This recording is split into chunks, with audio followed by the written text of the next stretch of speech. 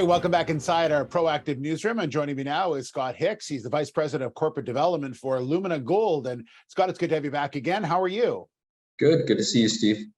So announcing some drill results, and this latest drill results were actually split between two areas. So tell me a little bit about what areas you were looking at with this drill program.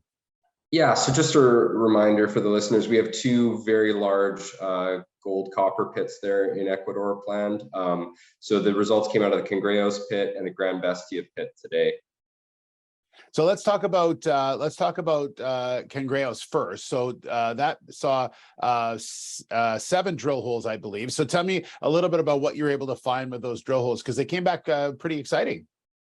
Yeah, you know, the surprise for us at Cangrejos here was continuing to push the deposit to the east. So, I mean, this program is designed mainly, Steve, for infill purposes to raise the confidence and use it in the PFS. But we're testing the boundaries of the deposits while we do that and stepping out a bit. So it was good to get that step out to the east at Cangrejos there. And as far as Gran Bestia is concerned, there were 6 drill holes there?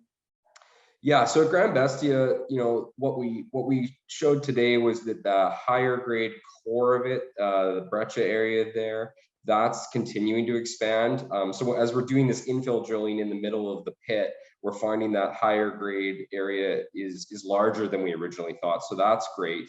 And then the other thing we announced at Gran Bestia today was in the step out area off the northwest ridge. You know, that's totally outside of the old resource. We had hit there, and now Leo and the geological team have designed a plan to bring that into at least indicated material so that we can use it in the PFS. So we announced upsizing our 30,000 meter drill program by 4,000 to almost 7,000 ounces, or sorry, 7,000 meters today, depending on success as we go there. Yeah, and can you just remind everyone about the timeline on the PFS? When are you hoping to have that completed?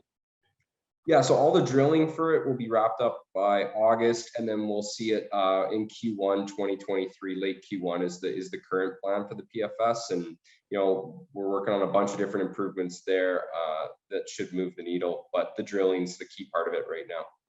Absolutely, and then good numbers like this can't hurt. So, Scott, thank you so much. Great to see you again. Yeah, thanks, Steve. I appreciate it. All right, there's Scott Hicks, the Vice President of Corporate Development for Lumina Gold Corp.